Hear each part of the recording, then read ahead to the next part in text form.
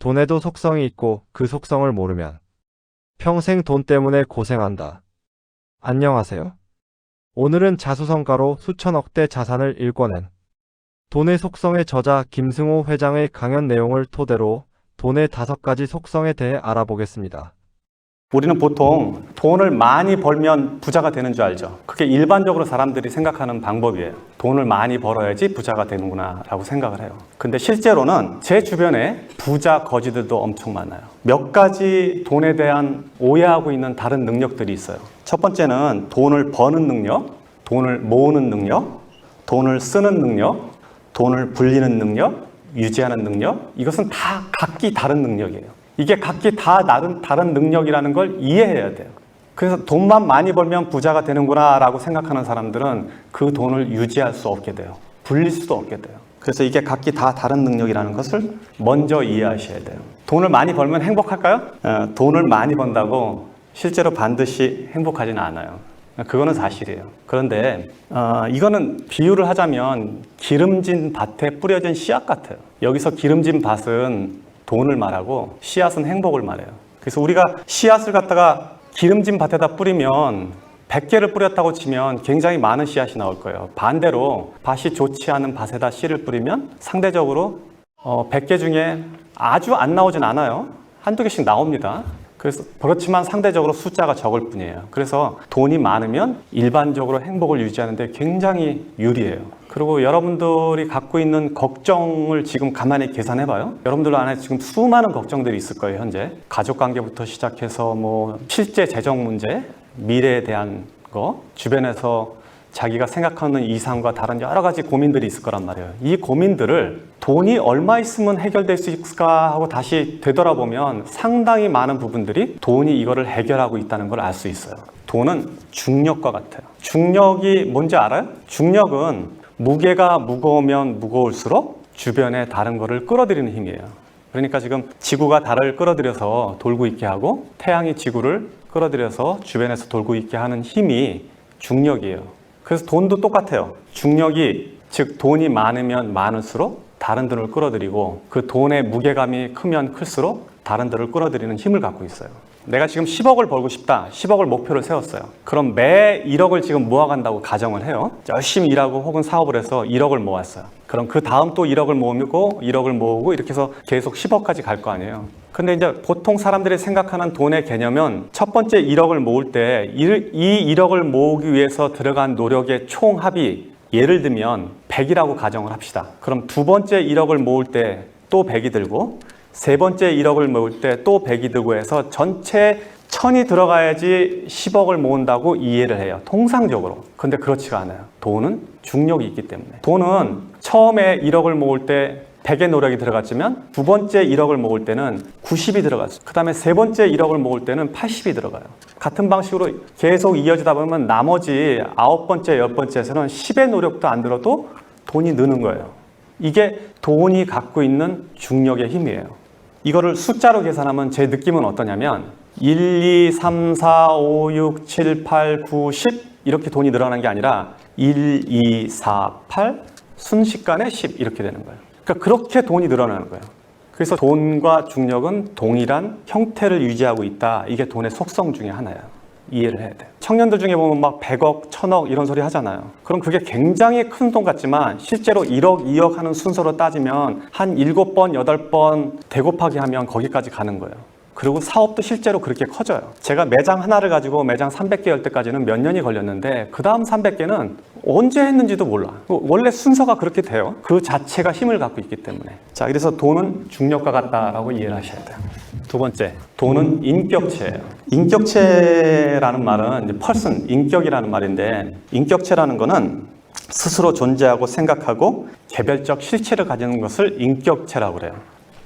무슨 소리야? 돈은 형체도 없고 생각도 없고 그냥 가치만, 사람들이 생각해놓은 가치만 있고 숫자로 보여지는 건데 이게 무슨 인격체냐라고 생각을 한단 말이에요, 흔히. 그렇지만 여러분들은 오늘 이 저녁부터는 돈을 인격체로 받아들여야 돼요. 자, 인격체란 뭐냐? 인격체로 돈을 이해하면 돈은 어떤 형태로 보이냐? 여러분들이 돈을 보는 시각이 완전히 바뀔 거예요. 그러면은 큰 돈은 어른이고 작은 돈은 아이가 되는 거예요. 돈은 감정을 가졌어요. 돈은 생각을 해요. 그리고 또 돈은 자기가 좋아하는 데가 있고 싫어하는 데가 있어요. 그리고 돈은 헤어지는 것을 싫어하고 함께 모여있는 걸 좋아해요. 돈은 그래서 몰려다녀요.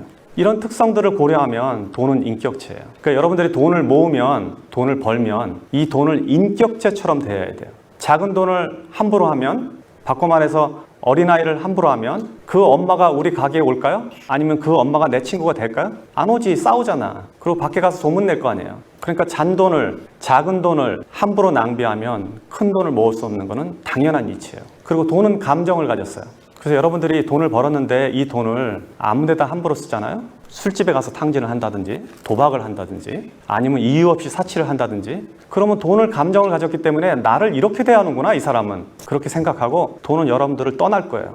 왜냐하면 돈은 자기를 갖다가 하찮게 대하는 사람들을 옆에 두지 않기 때문에 그래요. 또 돈은 생각을 가졌습니다. 생각이 있기 때문에 여러분들이 무슨 행동을 하는지 면밀히 이해하고 있다가 갈까 말까를 결정하고 생각을 가졌기 때문에 여러분들이 좋은 일에 돈을 쓰면 그 돈은 다시 돌아와요. 큰 돈은, 작은 돈은 아껴야 되고 큰 돈은 제대로 보내줘야 돼요. 이게 돈을 쓰는 방식 중에 하나예요. 그래서 돈은 인격체다라고 이해를 해줘야 돼요.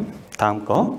일정하게 들어오는 돈은 불규칙한 돈보다 힘이 세다. 사업이나 자기 생활에서 이거를 이해 못하는 사람들은 절대 돈을 못 모읍니다. 일정하게 들어오는 돈은, 일정하게 들어오는 것 자체가 어마어마한 힘이에요. 아까 내가 중력 얘기했죠. 큰 돈은 상대적으로 작은 돈보다 중력이 셀 거예요. 그런데 일정하게 들어오는 돈은 한 번에 몰려다니는 돈보다 힘이 세요. 무슨 얘기냐면 매달 100만 원씩 버는 사람은 한 번에 1년 내내 굶다가 어느 날 1000만 원 버는 사람보다 힘이 세다는 얘기예요. 이거를 캐시플로우라고 얘기해요. 일정하게 물이 들어오는 거. 자, 우리 지금 비 안 와갖고 막 난리인데 비가 일정하게 골고루 오면 곡물도 자라고 우리가 온도를 유지하거나 세상을 사는데 편리한데, 만약에 한 번에 비가 몰아서 오면 어떻게 될까요? 연량 강수량이 200mm 밖에 안 되는데 1년 내내 안 오다가 200mm 한 번에 와. 이러면 우리 풍수로 죽게 되는 거예요. 돈도 똑같은 거예요. 그래서 돈을 어디 가서 일당으로 돈이 많이 버는 사람들 있죠. 뭐 기계 고치고 뭐 설비해갖고 하루에 30만 원, 50만 원 버는 사람들 돈을 못 벌게 돼 있어요.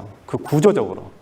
그렇게 하루 일당씩 보면 30일이면 얼마 이렇게 계산하면 여러분 수입보다 몇 배 되는 것 같지만 실제로 그런 사람들은 일정하게 돈이 들어오지 않기 때문에 그 돈을 모을 능력이 사라져버려요. 사업도 마찬가지예요. 매출이 주말에 500만 원 오르는 거 아무 의미 없어요. 매일 100만 원 오르는 게 더 좋은 거예요. 왜냐하면 일정하게 들어오는 돈은 그 돈 자체가 강력한 힘을 갖고 있어요. 사람들이 많은 데 가면 경찰 몇 명이 군중 전체를 통제할 수 있죠. 그 통제할 수 있는 힘이 뭐예요? 그거는 조직화되어 있기 때문에요. 우리는 조직이 안 돼 있는데 경찰들은 조직화되어 있고 명령 체계화되어 있기 때문에 수많은 군중을 통솔할 수 있다고요. 그러니까 일정하게 들어오는 돈은 조직화된 돈이라고 봐야 돼요. 그래서 그 돈은 다른 돈들을 이겨요. 더 큰 돈, 목돈 2천만 원, 3천만 원 들어오는 거 아무 의미 없어. 매달 100만 원, 200만 원 버는 게 아주 무섭고 중요한 돈인 걸 알아야 돼요. 고생해서 번 돈은 공짜 돈보다 힘이 세다. 돈은 같은 100만 원이라도 혹은 같은 1000만 원이라도 그 숫자는, 가치는, 지금 현재 보여지는 가치는 동일하더라도 그 돈이 벌어진 과정에 따라서 그 돈의 무게가 틀려져요. 여러분들이 고생해서 벌은 돈은 무게가 100kg라 그러면 누가 준 돈은 1kg도 안 되는 거예요. 가볍게 날아가요. 이치를 아시겠죠? 그런 돈은 그냥 흩어져 버려요. 복권에 당첨됐다든지 갑자기 사업을 해서 돈을 벌었다든지 혹은 누가 줬다든지 유산으로 받았다든지 땅값이 갑자기 올라서 떼부자가 됐다든지, 이런 사람들의 돈은 같은 1억이라도 내가 벌어서 꾸준히 모아서 적금 들어서 벌은 돈 1억하고는 전혀 다른 가치를 갖고 있는 거예요. 고생해서 번 돈은 공짜임보다 그 힘 자체가, 그리고 그 중력 자체가 전혀 다른 역할을 하고 있어요. 사실 성공이라는 거는 그 이면에 굉장히 많은 사람의 슬픔과 고생을 바닥에 두고 있어요. 돈은 몰려다니기 때문에. 그래서 성공한 사람들이 하는 실수가 뭐냐면, 지금 이런 거를 잘 지키지 않는 게 보통 성공한 사람들이 흔히 하는 실수예요. 성공이 근본적으로 많은 슬픔과 불행을 깔고 있다는 얘기는 뭐냐면, 그 깔은 자체가 마치 가시처럼 이렇게 앉아 있거든요. 그래서 그 가시를 다독이지 않으면 결국 가시는 내 몸을 찔러서 돈을 많이 벌어도 다시 돈을 흩어지게 만드는 힘을 갖는다고요. 그래서 이런 원리들을 이해해야지 우리가 돈을 모으고 관리하고 유지하고 더 확장해 나갈 수 있는 거예요. 그래서 여러분들은 성공하고 나면 혹은 성공하기 전에 이 원리를 이해해야 돼요. 이 원리를 이해하지 못하는 많은 창업가들, 사업가들 혹은 젊은 친구들이 사업에 나가서 많은 돈을 벌었을 때 불과 몇 년 만에 혹은 순식간에 다시 바닥으로 내려앉는 것은 당연한 이치예요.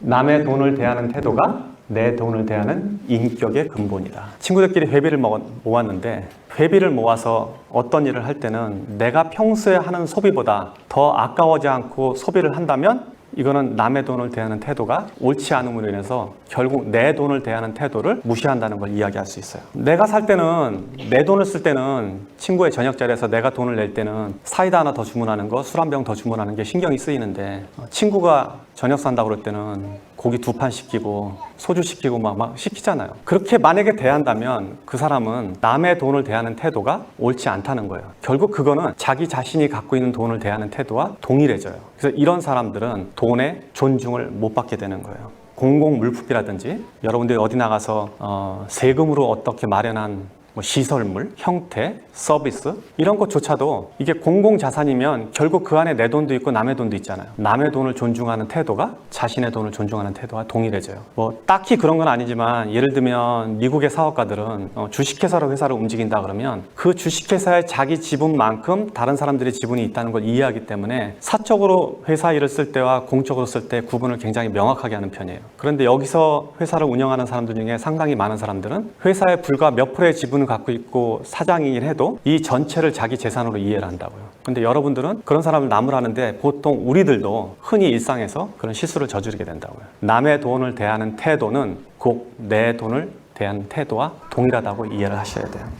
이거를 조금 더 설명하면 이제 수각이론이라고 나오는데 수각이라는 건 뭐냐면 물을 받는 돌이거든요. 절에 가면 많이 있어요. 물이 그 안에 흘러들어오면 그 흘러들어온 물을 모았다가 일부를 내보내고 계속 모을 수 있게 하는 구조인데 우리가 저런 돈의 철학을 잘 이해하지 못하면 수각 자체가 없어져요. 돌 그릇 안에 그릇 자체가 작아져서 돈이 모아지지 않는 형태를 말해요.